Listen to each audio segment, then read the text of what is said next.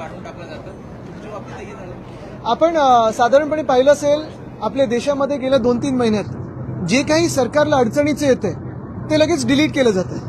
मग सोशल मीडियावरनं असेल, मीडियाला असेल, आणि मला तर सांगितलं जातं की काल जी थोडी बाचाबाची झाली आणि जे आम्ही प्रश्न विचारले आणि जे आम्ही सांगितलं की राम मंदिर लुटणारे आम्हाला काही बोलू शकत नाहीत, ते आत्ता मला सांगतायत की जी अधिकृत वेबसाईट आहे महाराष्ट्र लेजिस्लेटिव्ह असेंब्लीची त्याच्यातून काढलं गेलेलं आहे. असो, ते जरी काढलं असेल तरी मला वाटतं मुद्दा ज्यांच्यापर्यंत पोचायचा होता तो पोचलेला आहे.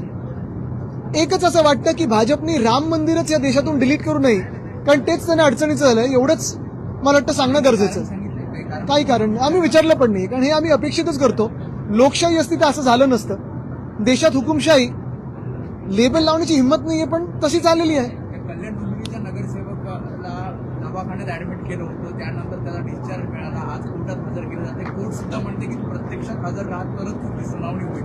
मला वाटतं एक आपण पाहिलं असेल, ज्या रमेश म्हात्रेंनी महिला असो किंवा पुरुष असो दोन्ही डॉक्टर्सवर आणि नर्सेसवर हात उचलला, अतिशय घाणेरड्या शब्दांमध्ये शिवीगाळ केली, तो ऑडिओ मला वाटतं काही सोशल मीडियावर आपण पाहिलं असेल, चॅनल्स दाखवू शकतच नाहीत, कारण त्यांना सगळं ते पूर्ण टिंबटिंबच करायला लागेल.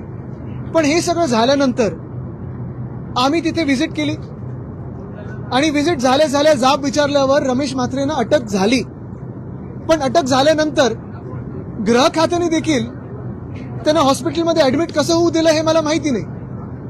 खरं तर नीट त्या लायकीपर्यंत आणून की आता सूज आलेली आहे, आता ऍडमिट करायची, एवढं सगळं केल्यानंतरच पोलिसांनी त्यांना ऍडमिट करायला पाहिजे होतं. पण ज्या हॉस्पिटलमध्ये तुम्ही जाऊन मारामारी करता, शिवीगाळ करता, ज्या डॉक्टरांवर तुम्ही हात उचलता, त्याच केसमधून तुम्ही पळवाट काढायला जाऊन दुसऱ्या हॉस्पिटलमध्ये लपता, ही काय मर्दांगी आली तुमच्यामध्ये?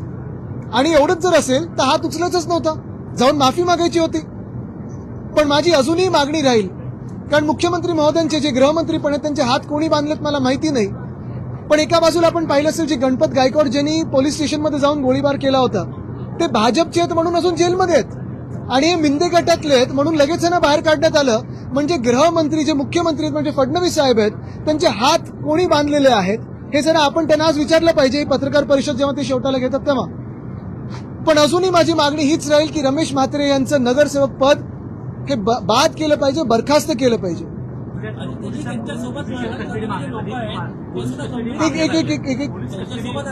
एक या बाजूला एक बाजूला आज अध्यक्ष असं करत नाही तर आम्ही करतो.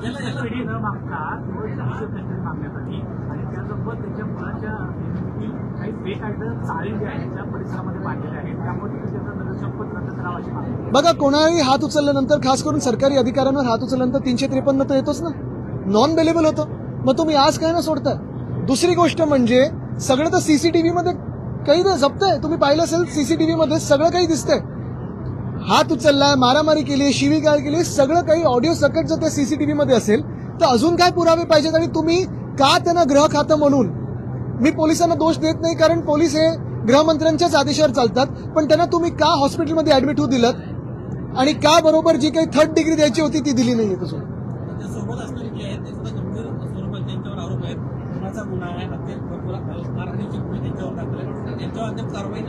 यांच्यावर कारवाई अजून झाली नाही, कारण हे तिकडचे जे स्थानिक खासदार आहेत त्यांच्या जवळचे आहेत. आता जे मुख्यमंत्री बोलतात भाडेके वगैरे काय काय ते मी बोलणार नाही, पण तसेच आहेत, समजून घ्या.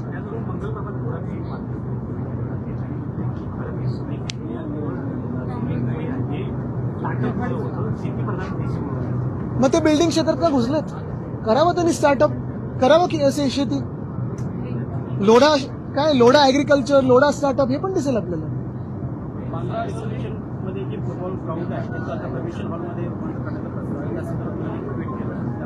आम्ही याच्यावर विरोध केलेला आहे, आंदोलन होतात, आणि मी फक्त देशभरात नाही तर जगभरात सगळ्या फुटबॉलर्सना सांगत आहे की तुम्ही हे ग्राउंड वाचवायला पुढे आलं पाहिजे. जेव्हा मी आता तुम्ही पाहिलं असेल मुंबई फुटबॉलचा अध्यक्ष आहे, गेल्या 10 वर्षामध्ये आम्ही अंधेरी स्पोर्ट्स कॉम्प्लेक्समध्ये, जेव्हा आम्ही मुंबई महानगरपालिकेत सत्तेत होतो, तिथे एक नॅचरल टर्फ फिफा लेवलचं आम्ही चांगलं फुटबॉलचं मैदान केलं होतं. तिथे आमचे 3rd division, 2nd division, 1st division, elite आणि देशातले देखील खेळपट्टू तिथे येऊन फुटबॉल खेळत होते. 64 वर्षानंतर आपल्या शहरामध्ये इंटरनॅशनल मॅच झाली होती. ह्याचा उल्लेख इंडियन फुटबॉल टीमने देखील अनेकदा केलेला आहे. सेंट झेवियर्सचं आमचं मैदान आहे ते देखील आता बीएमसीकडे प्रलंबित आहे, ते आम्हाला हस्तांतर होणं गरजेचं आहे. तिथे देखील माझ्या कानावर आहे, तिथे स्थानिक जे भाजपचे आमदार आहेत ढापायचा प्रयत्न करत आहेत कोळंबकर साहेब. आणि हे जे बँड्राचं फुटबॉल ग्राउंड आहे, Neville D'Souza football ground, Neville D'Souza जे आम्ही नाव दिलेलं आहे, नेव्हिल डिसूजा हे किती मोठे खेळाडू जागतिक पातळीवर आपल्या देशातून होते हे तुम्ही पहिलं थोडं वाचन केलं पाहिजे, समजून घेतलं पाहिजे. आणि दुसरी गोष्ट म्हणजे आता एकमेव हे मैदान उरलेलं आहे जे आर्टिफिशियल टर्फचं, जिथे फुटबॉलपटू खेळत असतात. आपण आता फिफाचं हे वर्ल्ड कप सुरू तेव्हा विचार करतो, अरे भारत कधी खेळणार. काही काही देश तर असे आहेत की बँड्रा मतदारसंघापेक्षा कमी लोकसंख्या असलेले देश तिथे खेळतात वर्ल्ड कप. पण आपल्याला कधी संधी मिळणार. आणि संधी ह्याचमुळे मिळत नाहीये कारण जे फुटबॉल ग्राउंड आहेत ते हे सरकार ढापायचा प्रयत्न करते. 1979 साली कधीतरी भाजपचं तिथे कन्व्हेन्शन झालं होतं आणि म्हणून आता मुख्यमंत्रींच्या मनात आलेलं आहे की हेच ग्राउंड घ्यायचं, कन्व्हेन्शन सेंटर बांधायचं. एक तर बाजूला लीलावती हॉस्पिटल आहे, गल्ली छोटी आहे, ट्रॅफिक वाढणार आहे. विंग्स म्हणून एक आहे, त्याचा घोटाळा आहे, तो मी वेगळा काढणारच आहे. कारण ते ग्राउंड देखील ढापलेलं आहे, एका संस्थेने ढापलेलं आहे, त्याच्यावर चार्ज लावला जातो जे फुकट असायला पाहिजे, मोफत असायला पाहिजे.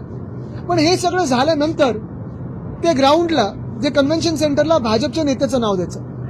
मुळात तरुण मुला-मुलींना, लहान मुला-मुलींना मुंबईत मोकळी मैदानं ठेवायचीच नाहीत, सगळं काही बिल्डरांच्या घशात घालायचं, असं इथून निघता आणि केंद्र सरकारकडे जाता आपल्या मुख्यमंत्री महोदयांनी ठरवलेलं आहे. मिसिंग लिंक नंतर समृद्धीवर आता बरेच खटले आणून राहिले आहेत. त्यासोबतच अनेक प्राण्यांचा वापर होतो आहे, त्यामुळे ऍक्सिडेंटची शक्यता अधिक जास्त वाढली आहे. तुम्ही एक काम करा, ठाण्यामध्ये जो कोपरी पूल आहे 2 वर्षापूर्वी उद्घाटन झालं, तिथे किती खोल खड्डे झाले ते बघा. समृद्धी महामार्ग 50 फूट तरी मला सपाट आहे का सांगा जाऊन. तसंच मी मिसिंग लिंक बद्दल आम्ही सांगत होतो, माझ्यासोबत त्या दिवशी होते, एक ते गेले तिथे, त्यांना पण थोडा धक्का बसलेला की 50 फूट देखील सपाट नाहीये. मुख्य गोष्ट हीच आहे की जिथे जिथे भ्रष्टाचार झालेला आहे तिथे महाराष्ट्र म्हणून आम्ही प्रश्न विचारणार, महाराष्ट्रातली जनता प्रश्न विचारणार. हे जर मुख्यमंत्र्यांना झोंबत असेल तर कितीही झोंबलं तरी आम्ही थांबणार नाही. शेतकरी सरसकट कर्जमाफीची मुदतवाढ पुन्हा एकदा देण्यात आली आहे, त्यामध्ये आश्वासन शेतकऱ्यांकडे होतं, तर पुन्हा एकदा फेल ठरलं. हे सरकार कोणाचंही नाहीये. शेतकऱ्यांच्या आत्महत्या वाढत चालल्यात, शेतकऱ्यांचं तुम्ही हाल पाहता काय, तरी देखील सरकार मजा मस्ती करते.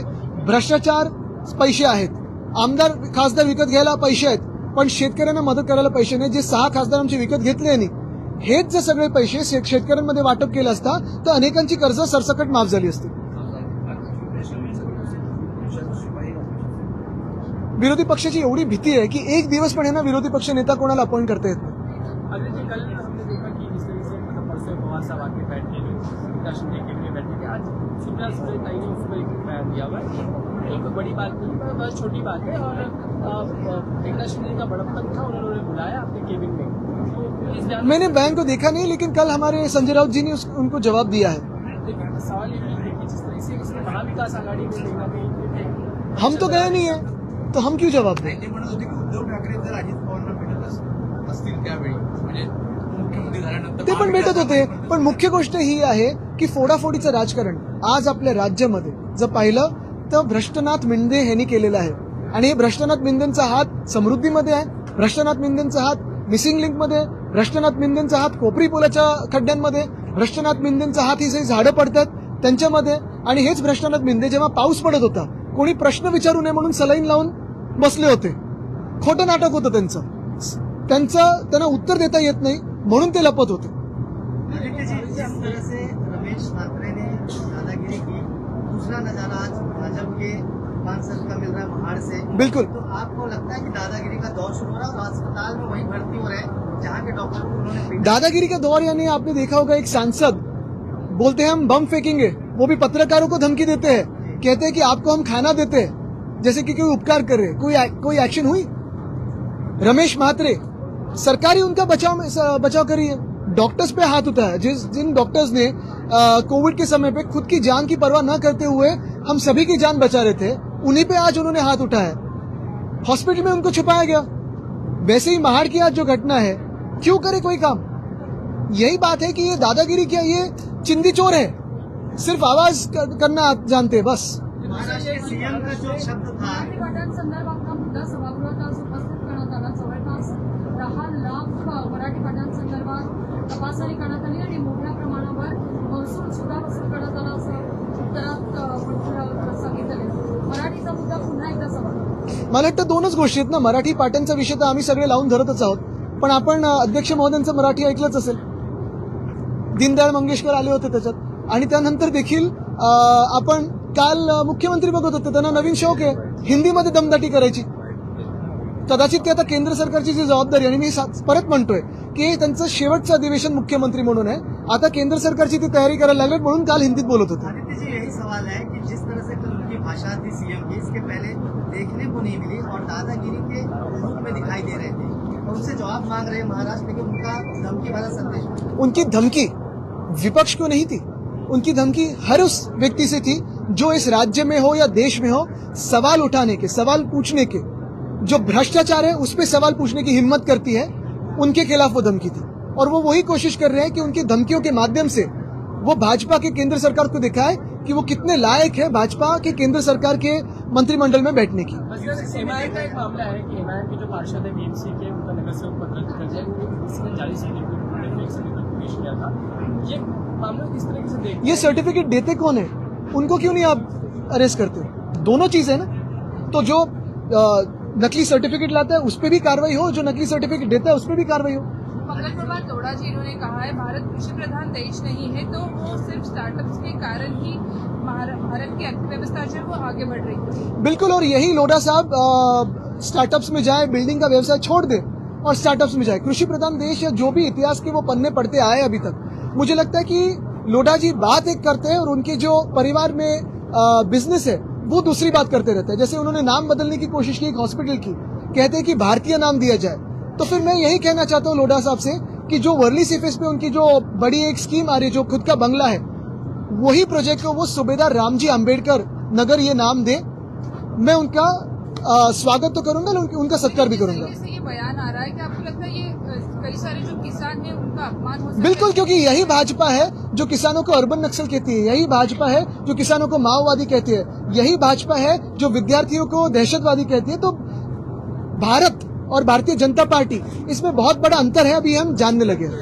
चौहान कह रहे हैं कि केंद्र सरकार जो है एनसीपी शरद पवार पार्टी के कुछ सांसदों पर दबाव डाल रही है, ऑपरेशन तुतारी के तहत ये किया जा रहा है. नहीं, देखिए, ये ऑपरेशन टाइगर, ऑपरेशन तुतारी नहीं है. ये सारे ऑपरेशन देवेंद्र फडणवीस है. और डिलिमिटेशन करके उनको तो दो चीजें करनी है, यहाँ तो मुख्यमंत्री बदलने हैं, लेकिन डिलिमिटेशन करके वहाँ केंद्र सरकार में महामानव डॉक्टर बाबा साहब अम्बेडकर ने जो हमें अधिकार दिए है वो छीन दें आपसे. what's happening in Mumbai also right now, but there is an allegation that Shiv Sena UPD was in power for 20 years and nothing was done. Who's raising this allegation? The general sentiment appears to be Not at all. Not at all. It is the BJP who makes false allegations, and the BJP was with us for 20 years out of those 25 years. For the last 12 years, the BJP has been in power. We have shown our work. Show me one city that the BJP has ruled in the last 12 years with its double-engine sarkar and the city has progressed. I can show you 50 cities that the BJP has taken behind. The other thing is, in the last 2 years, 21-22, we created a rainwater holding tank in Milan subway. Show me one work like that the BJP has done. We made a flood control tank in Hind Mata and Gandhi Market. Show me one thing like that the BJP has done.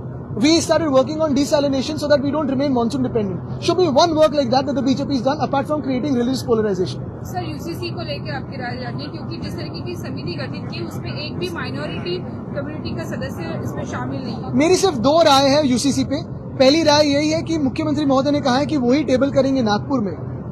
मैं सिर्फ इतना पूछना चाहता हूं कि क्या वो assured है कि वो ही टेबल करने वाले हैं कि कोई दूसरा आके टेबल करने वाला है.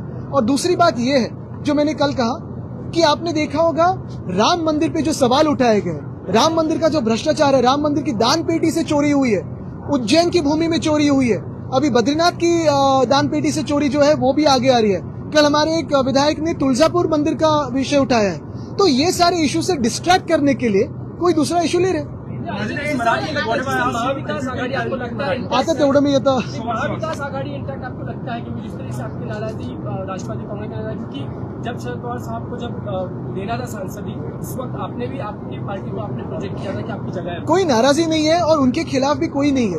बात यही है, संसद के टाइम यही था कि रोल कॉल में हमारा आंकड़ा पहला था, हमारा नंबर पहला था, इसलिए हम दावा कर रहे थे. पवार साहब सबसे सीनियर है, लेकिन कल जो घटना घटी है, राउत साहब ने भी बयान दिए हैं, जो उनको दुख हुआ है वो व्यक्त हुआ. और हम यही चाहते हैं कि कोई भी महाराष्ट्र से जो महाराष्ट्र लूट रहा है और जो राम मंदिर लूट रहा है उसके साथ ना बैठे. स्वातंत्र्यवीर